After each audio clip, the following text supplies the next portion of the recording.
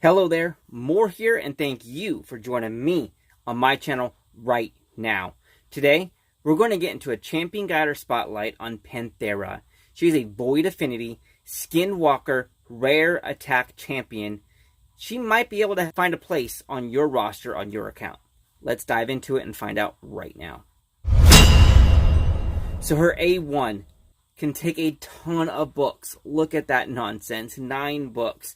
Attacks one enemy 3 times. Each critical hit has a 50% chance of decreasing the target's turn meter by 3%. You book that up, that's an additional 25%, so a total of 75% every time she critical hits, right? So you definitely want to max out that critical hit on her, that critical hit chance. 100% chance for it, so she can maximize that turn meter, potentially a 9% decrease on turn meter. It's not a crazy lot. However, it can be just a little bit enough to be able to prevent somebody from going around the next turn you get one of your champions in, depending on what content you're playing. Hooray 2. Attacks one enemy again, but 2 times this time. Each hit has an 85% chance, booked to a 100% chance, of placing a 100% heal reduction debuff for 2 turns. It's kind of a niche skill, right? Not a lot of places you're going to use heal reduction unless you're very specifically using it inside the arena or something to that effect. Can be a little bit handy at times during some dungeon runs. Some places, some champions, some bosses heal themselves up. Heal reduction can be beneficial. You can book it up to 100% chance, but just remember, you do need accuracy on her. So you can land that heal reduction, you can land that turn meter, that decreased turn meter from the A1 as well. Hooray 3. Places a perfect veil buff and a 30% reflect damage buff on this champion for 2 turns. Book it up, turns into a 3-turn cooldown.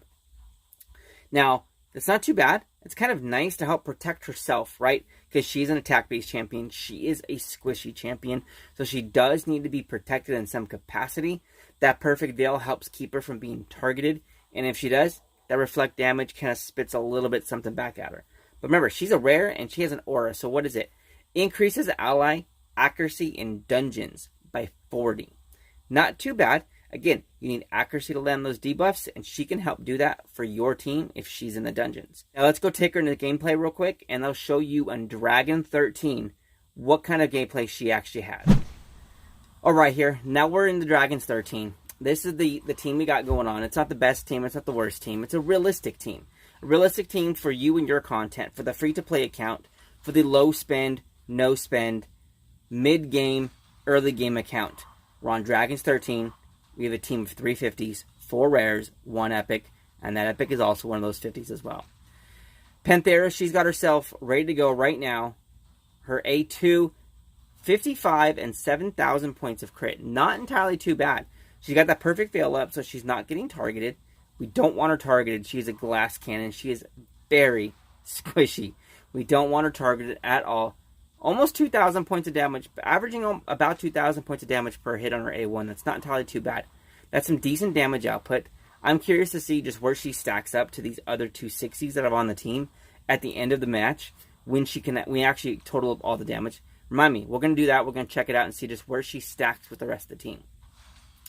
Okay, as you can see, she's got a shield right there. I do have her in a divine crit rate set, so she does start with a little bit of a shield at the beginning of each round, which is helpful to accommodate for that squishiness that she is. She is squishy. I keep saying that. I can't emphasize that enough. I've got her built as a glass cannon as well. I wanted to try to push out as much damage as I possibly can. She is a 50 non-booked champion, so she doesn't have all her damage exponential increases from the skills.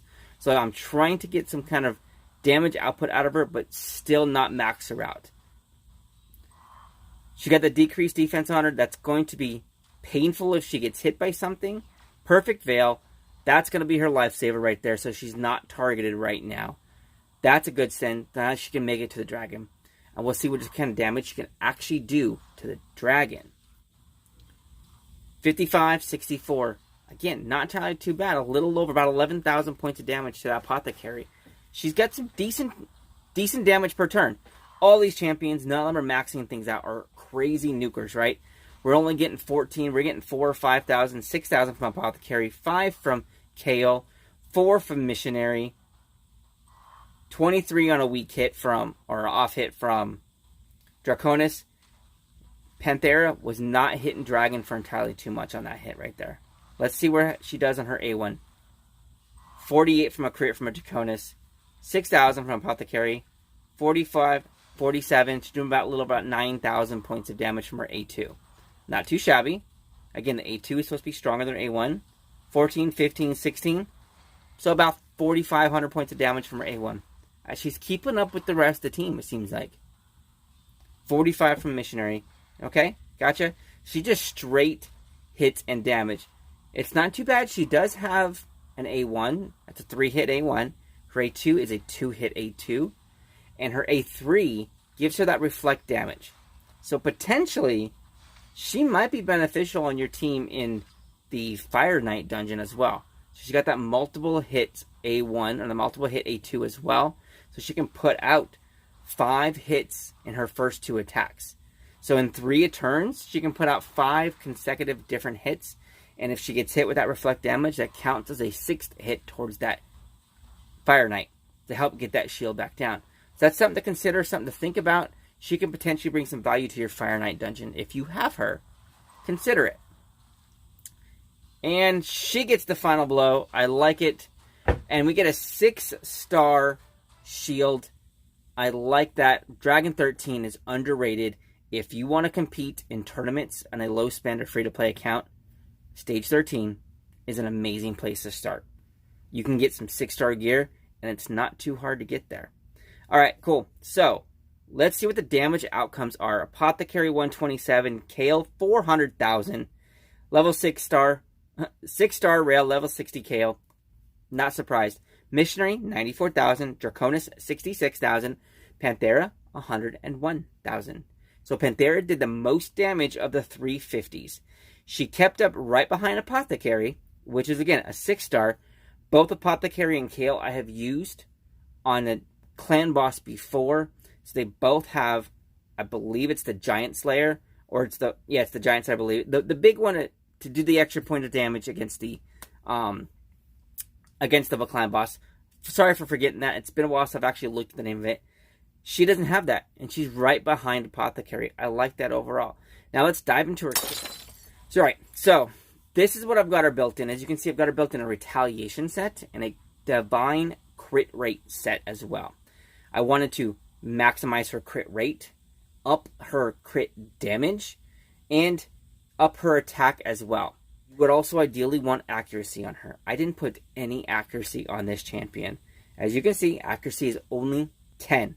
However, she was landing some of those decreased turn meters for some reason, and some of those heal reductions for some reason, even though she doesn't have that accuracy. I don't know why she was making it, but hey, you know what? I'll take it where I can get it, right? But priority for her, her stats priority, really ought to be her crit rate, her crit damage, her attack, and her speed. So her total stats that I've got her built with, I've got her on that 19,000 HP, 1,800 attack, defense is only 1,100, 132 speed, 94% crit rate, 168 on her crit damage. Accuracy is only 10, resistance is only 74. I did not build her up on that. Again, I wanted to focus on the crit rate and the crit damage, and then attack. With her HP low, she does get focused as the main target of the AI from the computer. So having her in the Retaliation set is why I put her there, because she's going to get focused anyways. When she gets focused, she'll have a chance to retaliate back. It's a 35% chance to retaliate back with her 3-hit A1 to put out some more damage. That's why I gave her the Retaliation gear, packaged with the fact that I know she's going to be focused.